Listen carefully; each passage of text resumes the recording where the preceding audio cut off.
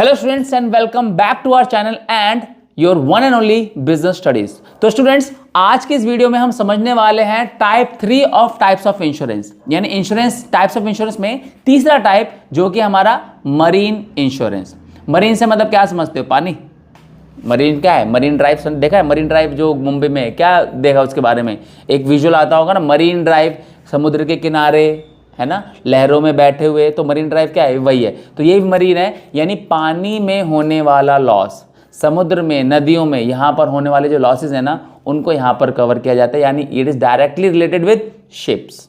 यहाँ पर मेनली जो बातें किसके बारे में होती हैं? शिप वगैरह पे जो लॉस होते हैं, शिप के लॉस होते हैं, उसका फ्रेट हो गया, उस पर जो कार्गो यानी गुड्स होते हैं उसकी बात हो गई। तो यहाँ पर हम उसके बारे में समझेंगे। तो बहुत सिंपल सा है, मरीन इंश्योरेंस क्या है? It is an agreement, agreement मतलब ये पॉलिसी है, under which the insurer undertakes to indemnify the insured, यानी जो इंश्योरेंस करने वाली कंपनी है वो इंडेमनीफाई करती है। इंडेमनीफाई का मतलब क्या है कि इसको लॉस की भरपाई करती है। किसकी? जिसने इंश्योरेंस कराया है।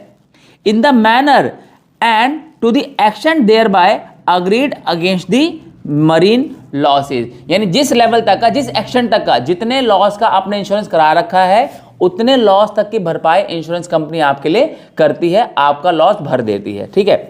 और लॉसेस के टाइप क्या है देखो, सच एज पैरिल्स ऑफ सी, यानी कौन कौन से हैं? स्टॉर्म, जैसे कोई समुद्री तूफान आ गया उसकी वजह से लॉस हो गया। कैप्चर, ठीक है, पायरेट्स ऑफ कैरिबियन आए, उठा के ले गए। सिंकिंग, डूब गया। डिसअपीयरेंस ऑफ शिप एटसेट्रा, मतलब ऐसे लॉसेस जिसकी वजह से आपको आपका जहाज या जहाज पे पड़ा हुआ सामान वो सब खराब हो गया, लॉस हो गया, उसके बारे में बात चलेगी यहाँ पर। ठीक है।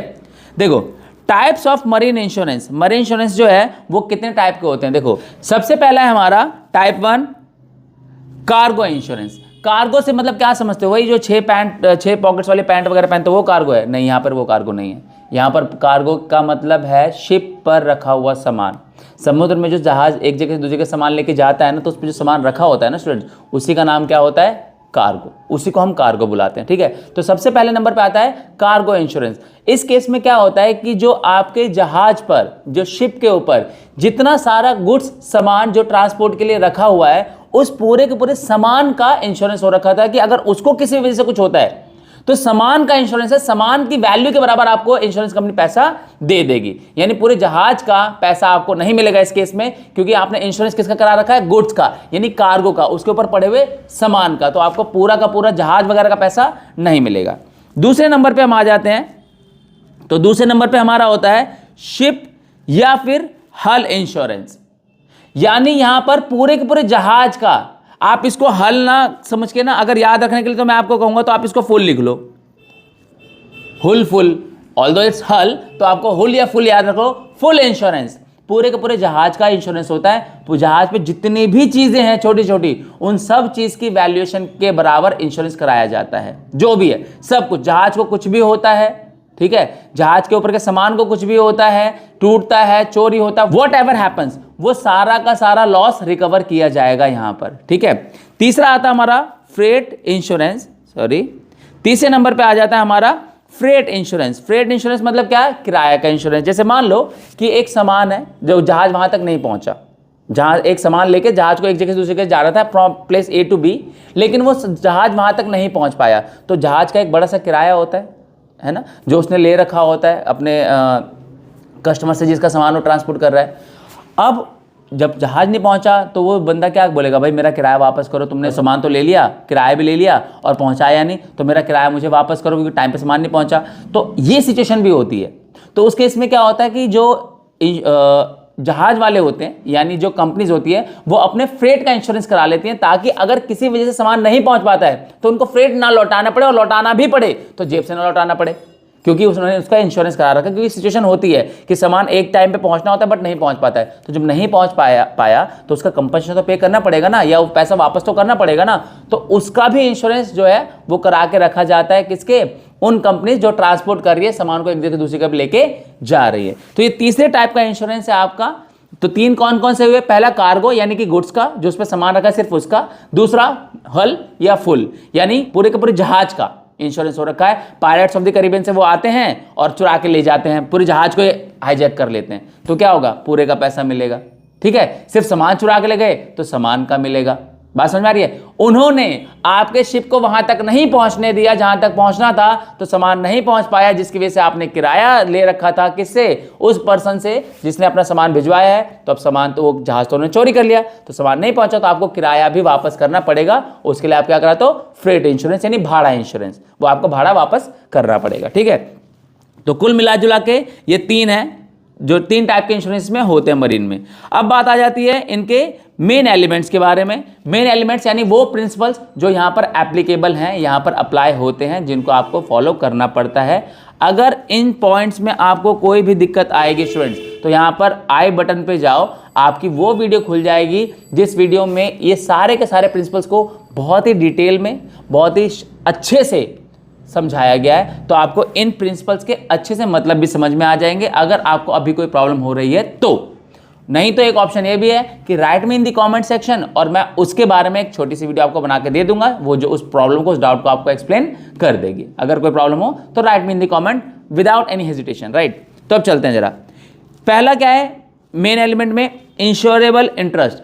आप अपने जहाज का इंश्योरेंस कराओगे, आप अपने गुड्स का इंश्योरेंस कराओगे, किसी और के जहाज का नहीं कराओगे, क्योंकि उसमें उसी बंदे का इंटरेस्ट होना चाहिए, उसी पर्सन का, कंपनी का इंटरेस्ट होना चाहिए जिसका वो सामान है। किसी और के जहाज पे मेरा क्या इंटरेस्ट होगा? मैं किसी और के जहाज पे क्यों, है ना, क्यों मैं उसका इंश्योरेंस कराऊंगा? नहीं कराऊंगा ऑब्वियसली। तो मेरा इंटरेस्ट होना चाहिए, यानी इंश्योरेबल इंटरेस्ट होना चाहिए। Number 2, utmost faith. छुपाना नहीं है, गद्दारी नहीं करनी है ना, वरना उधर से सामने से इंश्योरेंस कंपनी बोलेगी गद्दारी कर बे और मैं तेरे को एक क्लेम दूंगा, नहीं, तो इंश्योरेंस कंपनी आपको क्लेम नहीं देगी। तो गद्दारी नहीं करनी है, यानी कि everything should be disclosed, a fair amount of information should be provided to the insurance company, और तभी इंश्योरेंस कंपनी आपको टाइमली आपका क्लेम सेटल करेगी, वरना फिर वही बात हो जाती है ना, नहीं करना है, ऐसा छुपाना नहीं है। इंडेमनिटी। इंडेमनिटी मतलब क्या है कि insurance company will put you in a situation where you were before loss, यानी इंश्योरेंस कंपनी आपको लॉस से पहले वाली सिचुएशन पे ले जाके खड़ा कर देगी। लॉस से पहले वाली सिचुएशन मतलब एग्जैक्टली वैसा तो नहीं हो सकता, लेकिन आपके उस सामान की, उस लॉस की फाइनेंशियली भरपाई कर देगी, आपको पैसा दे देगी। ठीक है, तो वहां पर आपका ये लॉस बच जाता है, उस सिचुएशन में आप टू अ सर्टेन लेवल चले जाते हो। नेक्स्ट हमारा causa proxima. Causa proxima again a very stylish word. तो इसके बारे में क्या है देखो, कि ऐसी कंडीशन में जो कॉज ऑफ द लॉस है, कॉज ऑफ द लॉस, ये तो राइम बन गया नहीं, तो कॉज ऑफ द लॉस क्या होना चाहिए? सेम होना चाहिए। यानी अगर बात हुई है पानी में डूबने से लॉस की, तो उसको आप फायर इंश्योरेंस के साथ नहीं, कि आपके जहाज पे आग लग जाती है और आग लगने से सामान डूब जाता है या खराब हो जाता है या जल जाता है, और आप बोलो कि इंश्योरेंस कंपनी को कि मेरे को क्लेम दो, तो उन्होंने साफ साफ पॉलिसी में लिखा होगा कि loss will be compensated only in case of marine loss. और आपका लॉस किसकी वजह से हुआ है? आपका लॉस तो हुआ है आग लगने से, तो क्या इंश्योरेंस कंपनी आपको क्लेम देगी? Absolutely not. तो ये है जहां पर आपको ध्यान में रखना है कि आपका कॉजा प्रॉक्सिमा क्या कहता है कि जो एक्चुअल रीजन ऑफ लॉस होना चाहिए आपको वही, उसी केस में कंपनसेशन मिलेगा, वरना नहीं मिलेगा। अगर मरीन इंश्योरेंस है तो पानी की वजह से या पानी में होने वाले लॉस से आपको मिलेगा, वरना नहीं मिलेगा। आग लगने से या चोरी होने से आपको कोई इंश्योरेंस क्लेम नहीं मिलेगा। तो ये है हमारा चैप्टर का third type of insurance, that is marine insurance. And I am hoping कि आपको क्लियर है। In case not, I button पे जाके आप पिछली वीडियोस को देख सकते हो और वहां से आपको आइडिया लग जाएगा। प्लेलिस्ट पूरी बनी हुई है, तो प्लेलिस्ट में जाओ और सारे पार्ट वाइज देखो। अगर आप सीखने के पर्पज से हो और इस वीडियो में यहां तक हो, तो आई एम एक्सपेक्टिंग कि आप सीखने के पर्पज से ही हो। तो सीखने के पर्पज से हो तो ढंग से सीखो ना यार, क्या छुटपुट करना है। सारी की सारी वीडियोस देखो, बहुत जल्दी समझ में आएगी आपको, अच्छे से आएगी समझ में। आपको कोई प्रॉब्लम होगी तो write me in the comment section, उसके बारे में आपको डिटेल्ड वीडियो बना दी जाएगी, कोई इश्यू नहीं है। एंड यहां पर यह है आपको असिस्टेंस मिल रही है थ्रू वीडियो।